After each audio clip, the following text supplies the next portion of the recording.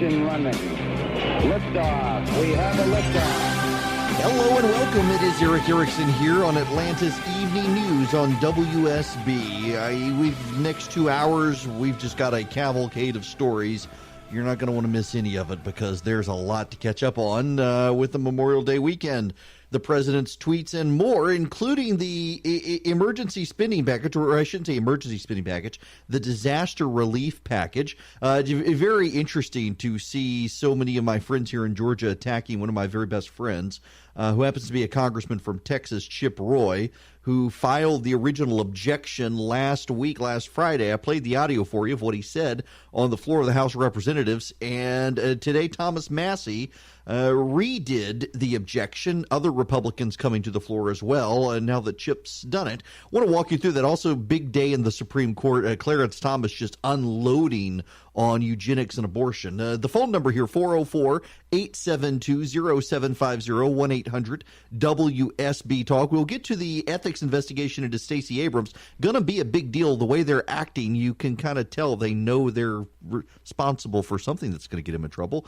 But first, let's go back to the issue with Chip Roy in Congress, because in South Georgia, I've got a number of friends who live in South Georgia, and they're livid over Chip objecting to the disaster relief package on Friday. Now, in point of fact, the measure sailed through the Senate sight unseen. Few people had a chance to look at it. And then the House, it came over to the House. They had made some changes before the Senate passed it out that no one was even aware of. And so Chip slowed it down by objecting to passage by unanimous consent. And I understand my friends in South Georgia who have been waiting for this money.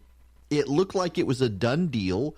And suddenly, not only is it not a done deal, but they're going to have to wait another week to get the money from Congress. I totally understand that.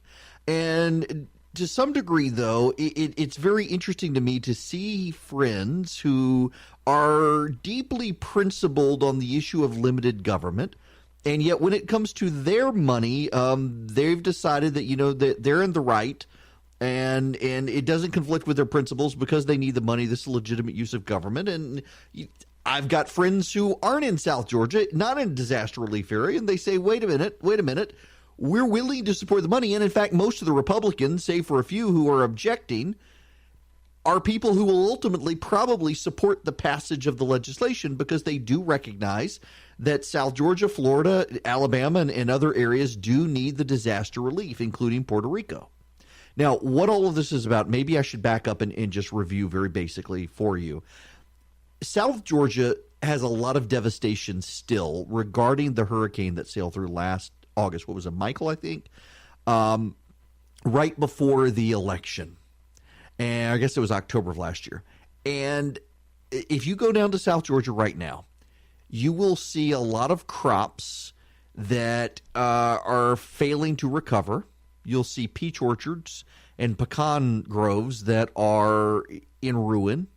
You will see a lot of houses, a lot of barns, a lot of grain silos that have blue tarps on them still that have not been repaired. Now, most of us in the Atlanta area and out of Georgia, including my friend Chip and Thomas Massie in Kentucky and others, they haven't been down there. They haven't seen the damage. They don't understand. And that's part of the frustration from people in South Georgia is they feel forgotten, that they are pawns in a political fight, and all they want is the recovery money that their tax dollars went to pay for, by the way, and that they want that money. If there is a chief signature lesson in this, it is that states should not be beholden to the federal government for bailouts. States should themselves bank aside some money for disaster relief. And in fact, Georgia has banked aside some, just not as much as what is needed. The hurricane was really more devastating down there than I think a lot of people realize if you haven't been down there.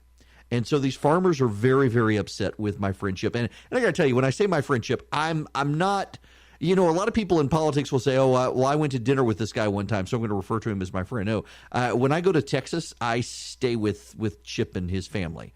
We hang out together all the time. We text message on a daily basis. His kid puts my wife on the prayer list at their church every month. We're actually good friends, and I will defend him 1,000,000% on this. He is a good, principled guy. And if this happened in Texas or Georgia, he would object to it. And the reason he would object to it is because he has a strident, long, vehement antagonism towards the growth of the federal government and out-of-control spending in Washington. Yes, I will say it again. If this had happened in Texas, Chip would have done the same thing. I know him well enough to know he would do it, and he would know that it would probably cost him votes in his own district, and he would do it because he believes it's the right thing to do. It is the right thing to slow down the gravy train from Washington. And yes, in fact, part of this disaster bill is gravy train. It's not all for disaster relief. And that is what the abridged media narrative fails to tell people. There's way more in this package than just disaster relief. It's billed as disaster relief. It's supported as disaster relief. But there's additional spending in it. And his point is two things. One, we now have what the New York Times calls a crisis on the southern border, and the Democrats forced the Republicans to strip all the money out of the disaster relief to deal with that disaster. And two, we have a $22 trillion national debt, and no one is concerned with where any of the money is coming from or not coming from to pay for this package. He doesn't oppose paying farmers $19 billion to make them whole based on a natural disaster. He doesn't oppose that. What he does oppose is saddling our future generations with a lot of debt, and our Congress has continued to do this. Consider that Congress wants to pass $19 billion for farmers in South Georgia and Florida, North Florida, for the disaster relief of the hurricane, and then they also want to pass $16 billion for farmers for the president's tariffs, the fallout for the president's tariffs.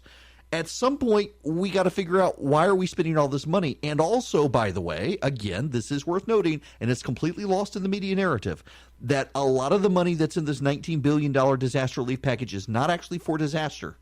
And if we're going to spend money and say it's for disaster, the money we spend should be for the disaster. And I think he's right on that, at least in this regard. Congress shouldn't be passing this by unanimous objection or by unanimous consent after every member has left the building. They should at least force the members to be there and put on record their vote for this package. And I think that's right. And I realize it gives my friends in South Georgia a lot of heartburn, and they're really angry. And they have every right to be angry because they've been held hostage to a political fight in Washington. And I understand that, and I don't want to minimize their anger. But I also think we need to actually force Congress to have these conversations, and this is the first opportunity we've had to force this fight in Congress because they haven't dealt with any spending issues this year. This is the first big one. Listen, this is a debate to be had, I guess, but the issue is that Chip and now Thomas Massie today from Kentucky, they're forcing the debate to be had as opposed to putting off another fight for another day, putting off this fight for another day when another crisis comes. And I think, in fairness to Chip and Thomas Massie and the other members of the Republican Party who, by the way, they've been fighting this issue against their own party. It's not just that they're suddenly winning. Chip, of course, wasn't there. He only just got elected. But Thomas Massie's been fighting this fight even when the Republicans were in the majority, that every time a spending package comes along, there's always a crisis that demands the money immediately, and no one ever wants to have the conversation about how do we pay for it. It's always, we have to have this money immediately. Someone needs it immediately. Someone's hurt somewhere. We got to fund the money. Well, this is the very first package this year that's come along where it was set up so that anyone could object and force a conversation on spending, and that's what they're doing. And I agree with them on that. And the farmers in South Georgia are going to get the money. It is going to pass, but it's going to now pass by having a conversation about where the money's coming from and how they're actually spending it. Now, on another big issue in Washington, D.C. today, the Supreme Court has put in place, allowed to go into place, an Indiana law that will require that the remains of fetuses, or the remains of children, remains of Homo sapiens, the human species, must be buried or cremated after an abortion. Planned Parenthood argued that this case was an affront to a woman's right to an abortion. Here's what's getting lost in the media conversation today, and I say this all the time now, but I feel like I'm a broken record. All the things the media is failing not to report because they're so interested in narratives and not facts. This is what everyone is missing in the Supreme Court ruling today. By the way, it was 7-2. Why was it 7-2? Why did Elena Kagan and Stephen Breyer join the majority in this case? Why? Maybe because it wasn't about abortion, per se. Here's the fact. The case was argued not on abortion grounds. It was a case where no one argued in court that it placed an undue burden on women to have an abortion. In fact, it does no such thing. If it places a burden on anyone, it places a burden on abortion providers, not on women, because it doesn't impede a woman's right to have an abortion. What it does is it says that the remains are human remains, regardless of which stage of biology, they are human remains, and they must be disposed of as human remains. And abortion providers did not like that. They essentially treated them as hospital waste. And there was no care given as to how they were disposed. And this law says you got to treat them as human remains, so burial or cremation. And the Supreme Court, 7-2, Atlantic Kagan, Stephen Breyer, siding with the majority, said this isn't about an abortion. Essentially what's going on here is status quo. And that Breyer and Kagan are in the majority on this is probably the best indication yet that the Supreme Court is going to decide Georgia's law and Alabama's laws are unconstitutional. How's that? Well, stick around and I'll explain.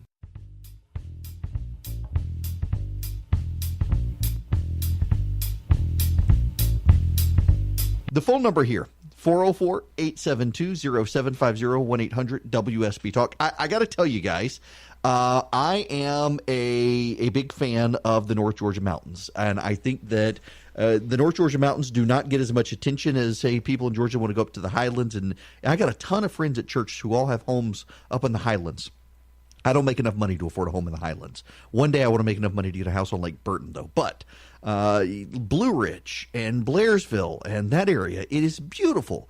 And we took the kids up there, and I got to tell you, this is actually a relevant news item. There was a story out in the AJC the other day, and Doug Turnbull has talked about this now. The express lanes are saving people a ton of time, getting home in the evening. Some of you listening right now are on the express lane.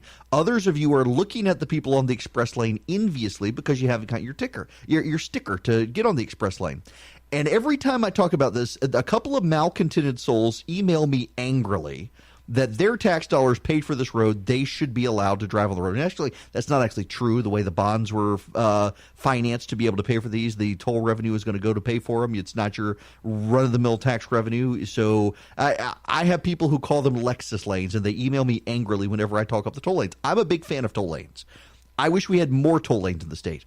I think the Golden Isle Parkway from Macon down to St. Simons that cuts through the swamps, that should be a toll lane, and there should be no speed limit on it. We should be able to go unlimited speed on that road and get to St. Simons in an hour. But that's not the way things are right now. Nonetheless, the DOT did a very good job on these. And the North Express Lane, this is my first time to ride on them, going up to Blue Ridge. By the way, as an aside, the number of people who texted me throughout the weekend to make sure I was alive because the speaker represents Blue Ridge, I thought was very funny. But it was a great experience. The DOT should be commended for these lanes. They speed up traffic. What was so terrible, though, is that while I was doing the show on Friday, I actually, during commercial break, had to step out and call the doctor because I thought I must have a detached retina, and I'm not one to do that, but I couldn't see out of the periphery of my eye. I could hold my arm out to the side, and I could not see my arm. I was like, oh, my wife had this happen. Lots of floaters, can't see out of the side of my eye. This is a problem. And by the time it was over, I realized I'm having a migraine. And I spent the evening throwing up and then had to settle my stomach as best I could and take medicine to get over the migraine to then drive my kids to Blue Ridge, where my wife already was on her motorcycle, and hauled the kids and the dog up there. But once we got there, it was a great weekend, although I'm sunburned now because we floated down the Toccoa and I washed off all the sunscreen.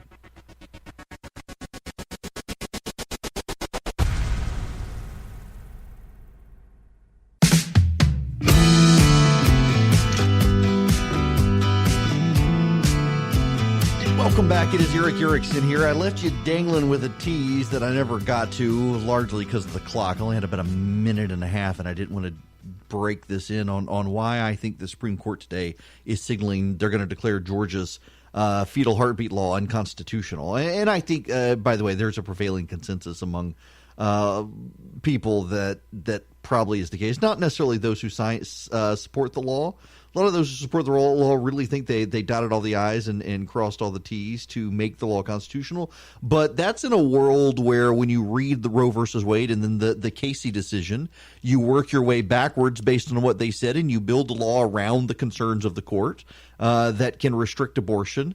And that plays on that. But we're not dealing with a court that is anything other than a partisan instrument. And you have a lot of justices on the Supreme Court who are upset at the idea of rocking the status quo. And right now the status quo is for abortion rights in this country. And you saw that with Stephen Breyer and Elena Kagan today. They sided with the majority with all the conservatives. It was a 7-2 decision allowing part of an Indiana law to stand. And that part of the law that they allowed to stand was a part of the law that said abortion providers must dispose of the remains of an aborted child with respect via burial or cremation. That law, that case, was not argued on abortion rights. No one argued that that would impede a woman's right to have an abortion, because it wouldn't. It doesn't deal with an abortion. It deals with the after effects of abortion. And so Kagan and Breyer sided. Now, of course, Ruth Bader Ginsburg and Sonia Sotomayor are true believers, and they said, oh, this has to do with abortion. It's an unfettered constitutional right. What's so interesting here is that abortion is not in the Constitution by any way, shape, or form, and yet Ginsburg and Sotomayor basically said you can't restrict it in any way, shape, or form because it's a constitutional right, and yet they don't take that position on guns. So all of this is to say, Kagan and Breyer are in the John Roberts camp of not wanting to disrupt the status quo. And the status quo legally is that there can be some restrictions around the parameters of abortion without actually encroaching on abortion itself. So you probably are going to see more health standards for abortion clinics. The Supreme Court has gone back and forth on that in the last year, but the trend lines are for standards for abortion clinics because they're performing a medical procedure. They have to have the same standards that other outpatient facilities have to have. And you're seeing something like this, where the remains have to be disposed of as if they're disposing of a human being, because they are. The court will let you have that. But I don't think we're going to see the court uphold Alabama or Georgia's laws or Missouri's law because those laws encroach too much into the status quo. One of the current members of the Supreme Court has told me to my face that he thinks John Roberts is a safe seventh vote to overturn Roe versus Wade. In other words, John Roberts doesn't want to, the Supreme Court Chief Justice doesn't want to drag the court to the right in a way that completely upends the current status quo in American politics until we've moved past Trump. And once we move past Trump, then maybe he will. But that would require another two people on the Supreme Court, or at least another one person on the Supreme Court who's willing to overturn Roe. Roberts does not want to be the fifth vote to overturn Roe. He wants to have two other people there voting to overturn Roe before he signs on as the seventh vote to overturn Roe. Now, interestingly enough, Clarence Thomas may have signaled a path forward for abortion opponents in a way that abortion rights activists will have a hard time combating. And I hope that the legislature in Georgia and Alabama and elsewhere takes notice of this if their laws are struck down by the Supreme Court, which I presume they will be at this point, seeing this case today. And that is this. Clarence Thomas agreed with the majority but issued a concurrence saying they should have gone further. The court, this really wasn't up for debate. They let a lower court order stand, throwing out this law, part of the law that prohibited abortion based on race, gender, disability, etc. And Clarence Thomas said this is eugenics, and we've got to do something about it. And his concurrence was pretty compelling. So compelling, in fact, that Ruth Bader Ginsburg had to take him to task, but could not take him to task on this part. She refused to even engage him on this argument. And that is Clarence Thomas's argument, and this is where abortion opponents need to pay attention. Thomas says it should be unconstitutional to allow the extermination of human beings based on their gender or race or disability or ability. In other words, you can't have sex-based abortions or race-based abortions. Particular sex, and more particular about disability. That in some other countries, Like Iceland, for example, they're bragging about wiping out Down syndrome populations through abortion. Women in Iceland, if they're told that their child is going to have Down syndrome, they are encouraged and incentivized by the state to have an abortion. Some ethicists in Iceland are suggesting that women should be forced to have abortions if they have a Down syndrome child, because it will otherwise be the state's burden to care for that child, and that's unfair to the taxpayers. They're actually making that argument. Right now, though, they're just encouraged. They're given incentive to do it. And Thomas is saying under our Constitution, under our 14th Amendment, that should be prohibited. And I think he's sending a red flag, and I think you could get John Roberts to go along with that. You could probably get Kagan and Breyer to go along with that. And you would have a real hard time getting Hollywood studios to oppose it. Now, so this is clearly coordinated PR. What's happening here? The drip of stories. You notice how we can't get away from the abortion story, the fetal heartbeat law story in Georgia, because every couple of days as the story dies down, something else happens. This is all by design. It is progressive activists and PR firms playing the press in Georgia like fiddle. The press can't help but report on these stories. Most of the people in the press oppose the law, too, you need to understand.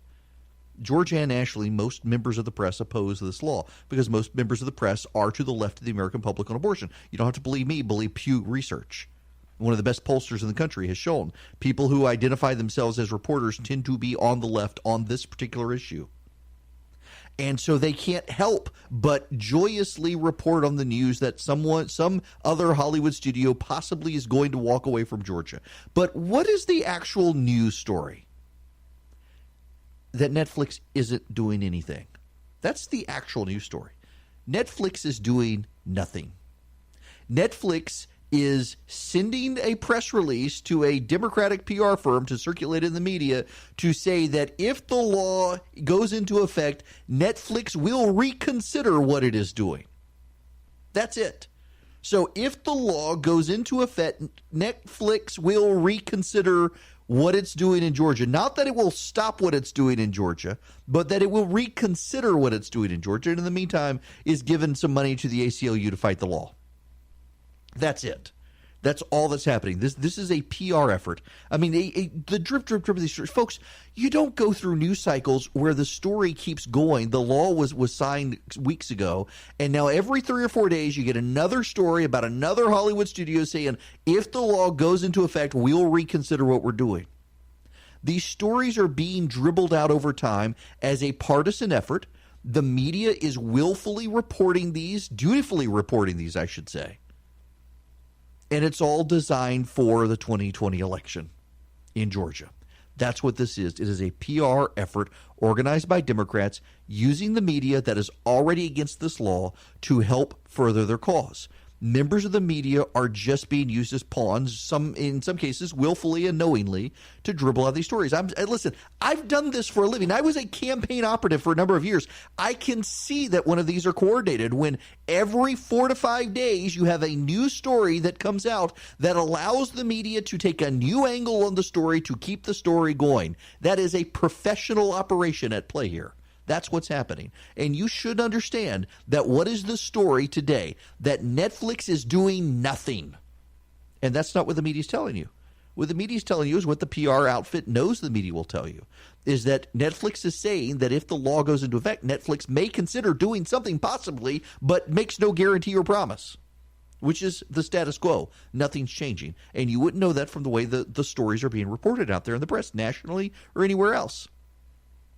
But that's it. That's what you need to know. This is a PR effort. It has all the makings of a PR effort. It is designed to allow these stories. I guarantee you in 3 or 4 days, we'll have Disney come out and say something very similar, that if this law goes into effect, we may reconsider what we're doing in Georgia, and they're not actually going to do something. And then 4 or 5 days later, you'll have another Hollywood studio come out, maybe AMC come out and say, if this law goes into effect, we'll reconsider. And then a few more, and this story will keep going and keep going and keep going. And essentially what every story will be about is that nothing is actually happening. Nothing is going to happen. It's just a Democratic effort to scare people, to make them think that you got to vote for Democrats in 2020. And every 4 or 5 days, we're going to have a new studio come out and say the same thing. Something may happen. If something else happens, possibly, maybe, but maybe not. And the media will report it as if it's a big deal when all it is the status quo.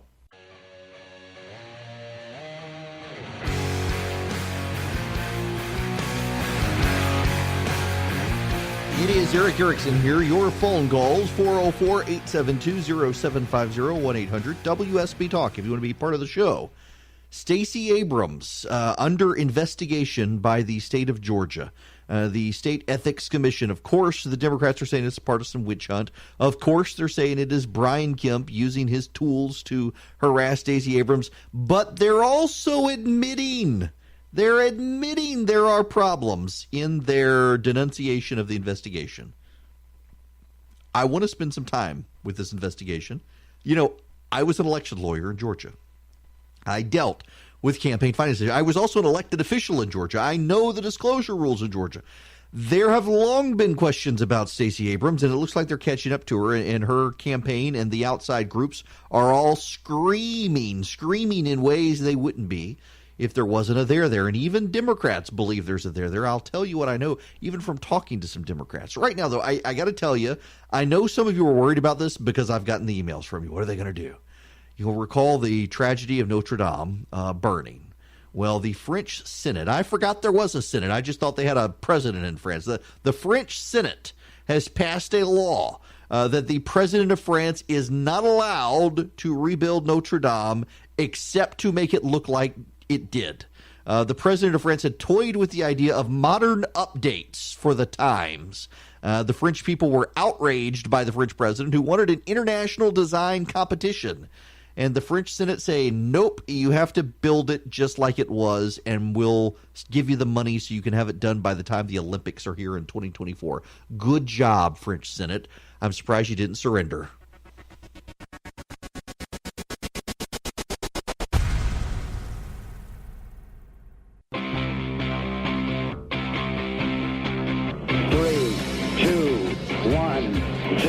All engine running.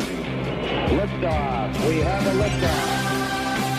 Hello and welcome. It is Eric Erickson here, Atlanta's Evening News on WSB. The phone number, if you'd like to be a part of the program, 404-872-0750, 1-800-WSB Talk. There is big news this evening coming out of Atlanta, Georgia, with national implications. Stacey Abrams is being investigated, as the AJC's Greg Bluestein and James Salzer says, a broad Georgia ethics probe.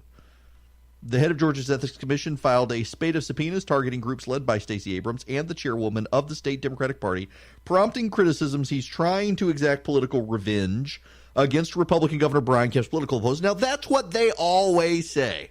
About the only person who can't say that these days is Jim Beck, because it's the Trump administration indicting him. But if it were a Democrat who were in the White House right now, Jim Beck would be saying it.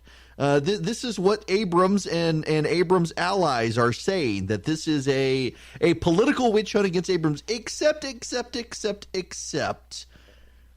even folks close to Abrams are saying that, well, they want to offer full cooperation to clear up any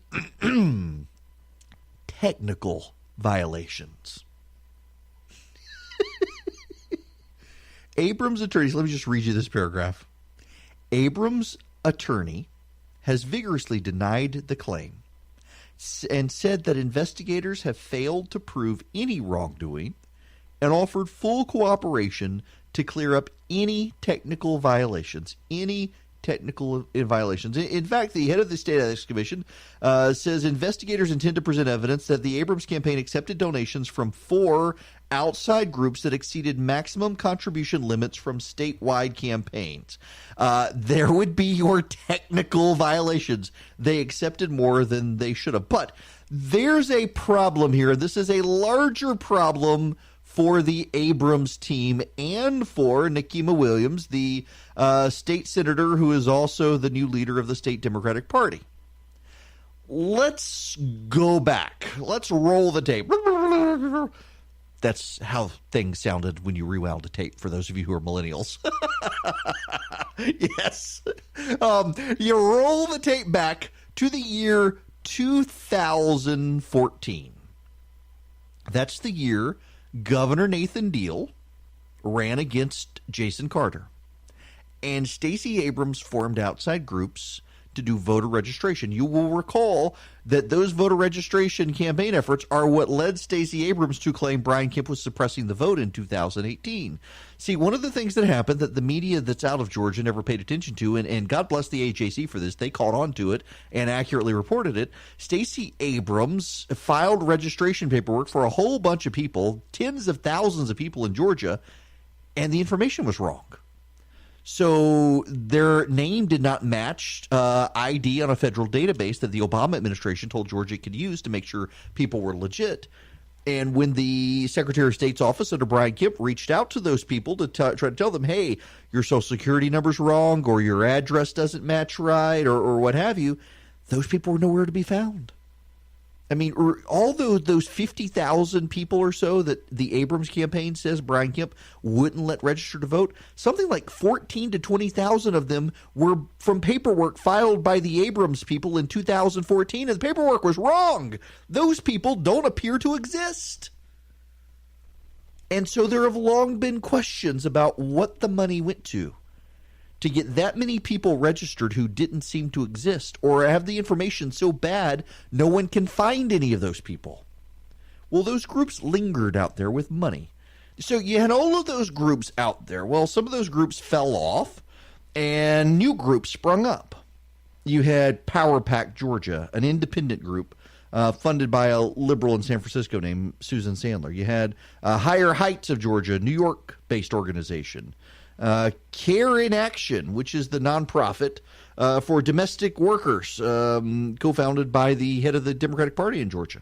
All of these groups out there. And the question is, did they coordinate with Stacey Abrams? See, under the law, these outside groups are not allowed to coordinate. They're not allowed to share information with each other.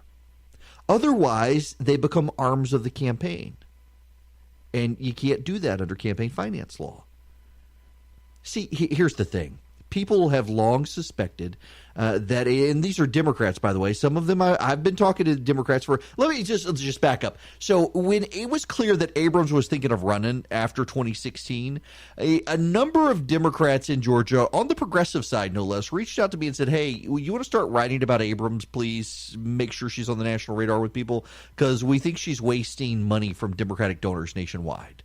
We think she's basically running a con job on people about voter registration. These were Democrats telling me this.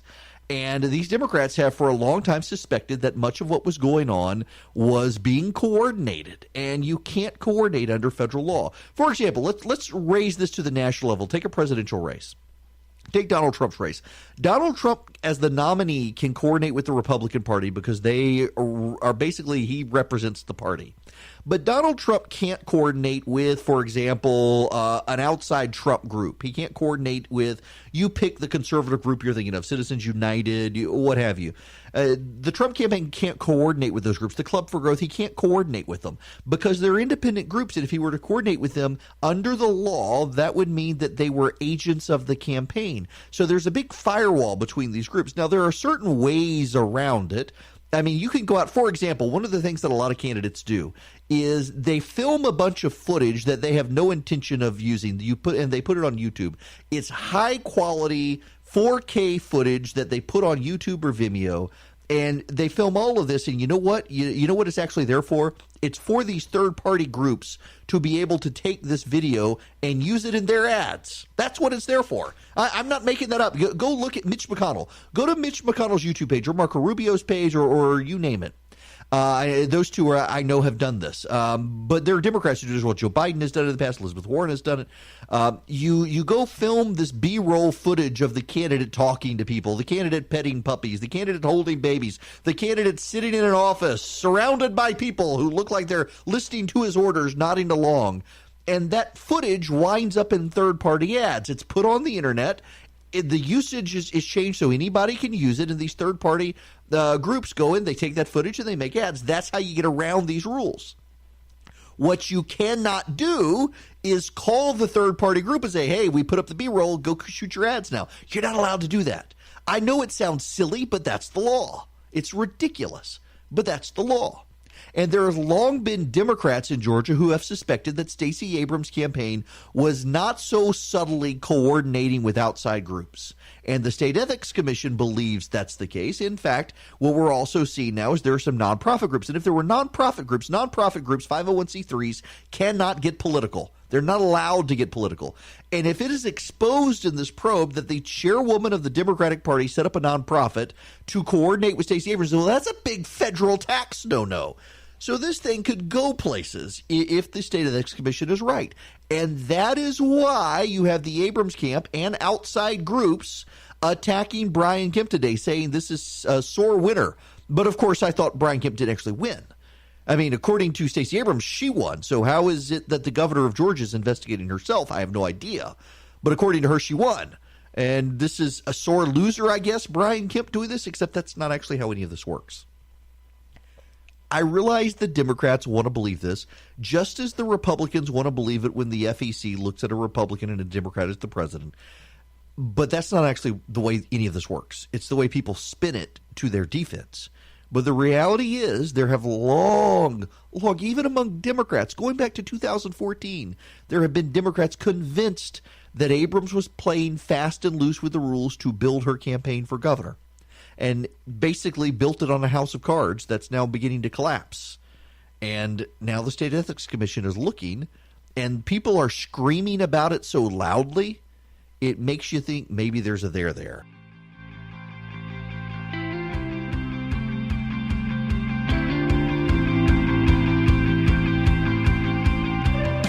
The phone number here is 404-872-0750, 1-800-WSB-TALK. I have a rather cool story for you.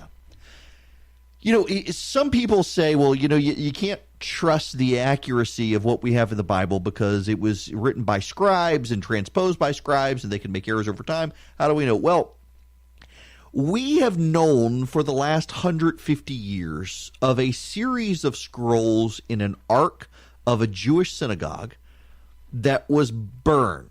And these scrolls we know are dated to about 2,000 years ago to 2,500 years ago. So either from the time of Christ or slightly before the time of Christ. And they were housed in an ark built for a synagogue after the fall of the temple in AD 70. They were damaged by volcanic activity, and scientists have never been able to read these scrolls. Well, they've invented so much new technology for archaeological research, including to read the Dead Sea Scrolls, that the archaeologists who have housed these scrolls that were so brittle they could collapse went to Israel with the scrolls and asked if they could be read. And they scanned them three-dimensionally because they're wrapped up, and so it's hard to read. And so they had to be very careful with how they did it so they didn't damage the scrolls or have them disintegrate. And these scrolls are from 2,000 to 2,500 years ago. And it is the book of Leviticus.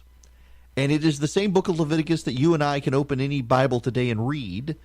And everything is accurate. There haven't been changes. This is just another reminder of how remarkable it is that ancient text, scriptural text in particular, was passed down and transcribed over and over and over and over and over again by scribes for century after century after century. And they didn't make mistakes. They worked very hard to not make mistakes. It's amazing the accuracy they were able to get out of it. Now, when we come back, Ben Shapiro under attack by the Washington Post and others today for motivating a neo-Nazi? Seriously?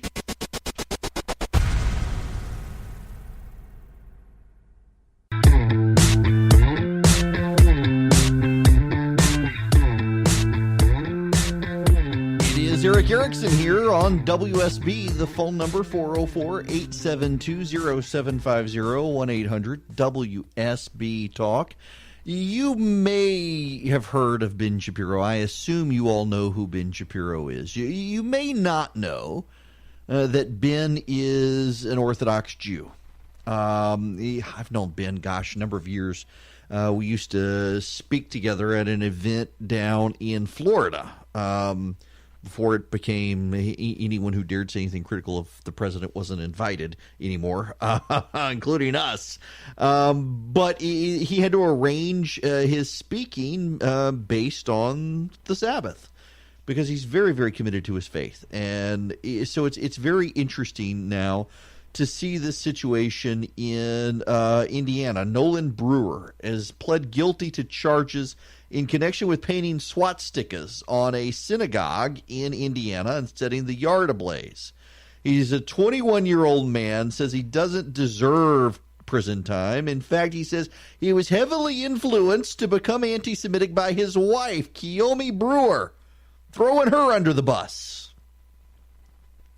And the lawyer says you shouldn't put Nolan Brewer in prison because there are so many white supremacists there brainwashing people, and Nolan's wife has already brainwashed him, and he should go. And how did his wife brainwash him? Well, Ben Shapiro. Ben Shapiro brainwashed. Is the lawyer even telling the truth? I mean, seriously.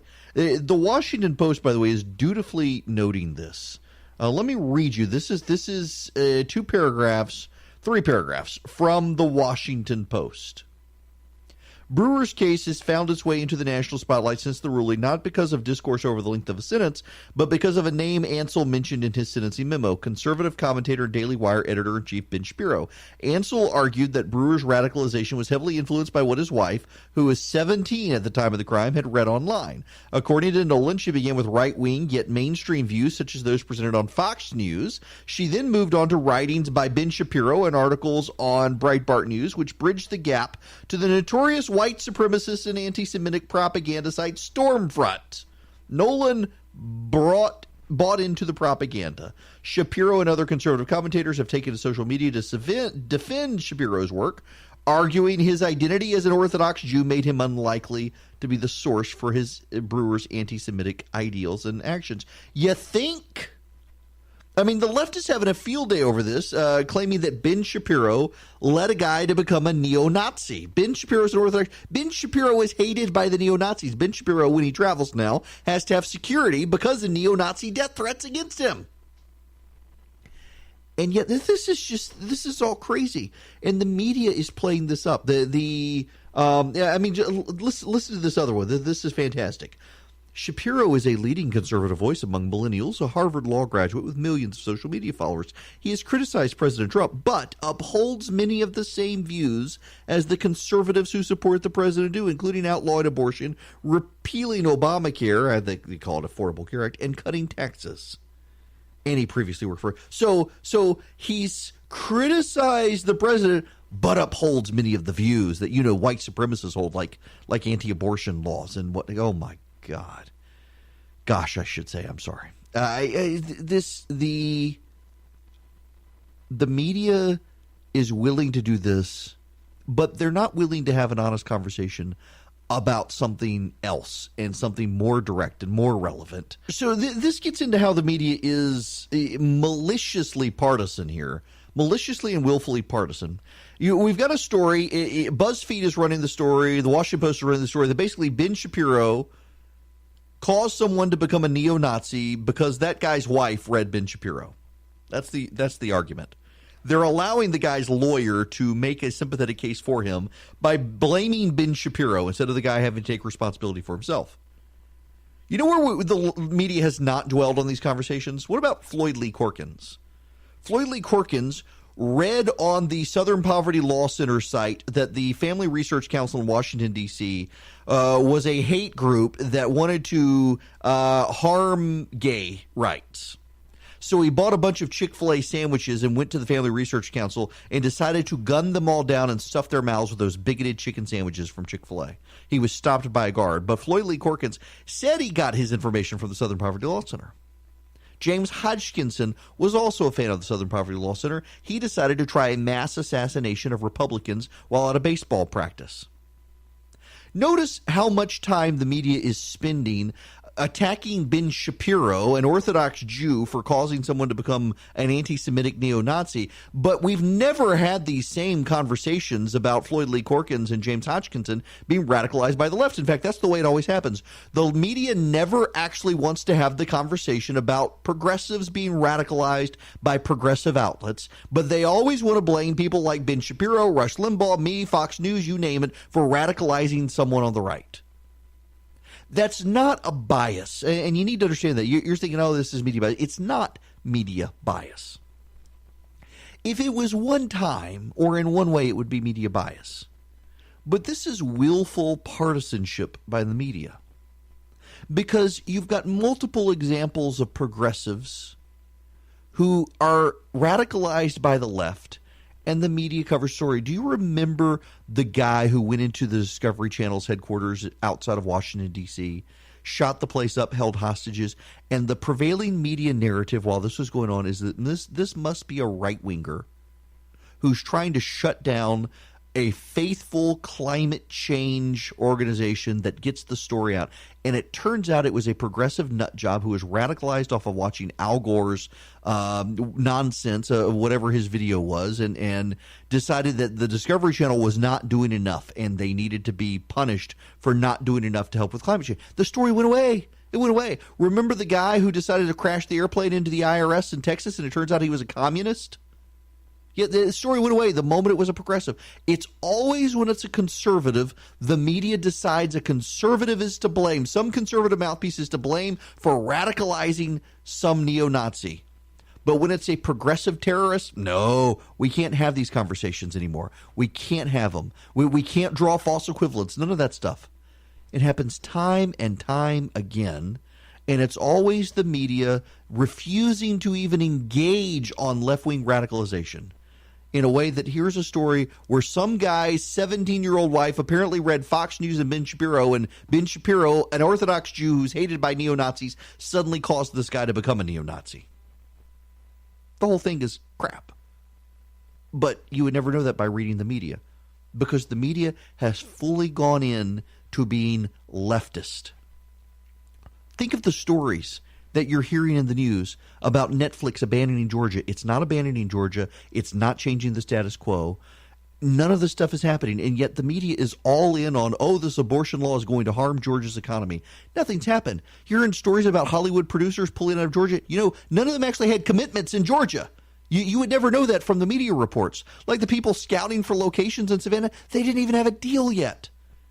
There are left-wing agitators involved in the Handmaid's Tale. Of course these left-wing purists are going to bolt, but are Disney and Netflix? No. So the story today has to be Netflix might actually do something, maybe, possibly, in the future if something happens, maybe. The media has become part of the partisan antagonism in this country. And for all the hand-wringing about a divided country, the media is helping in that division.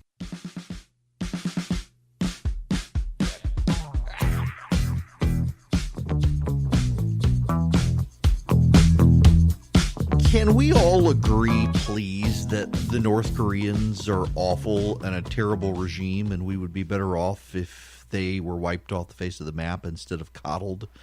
I am count me among the conservatives who are perturbed with the president and how he's handled North Korea. I appreciate he wanted to try something different, but I don't think we're getting anywhere with trying something different. And North Korea is bad. Let's not pretend otherwise.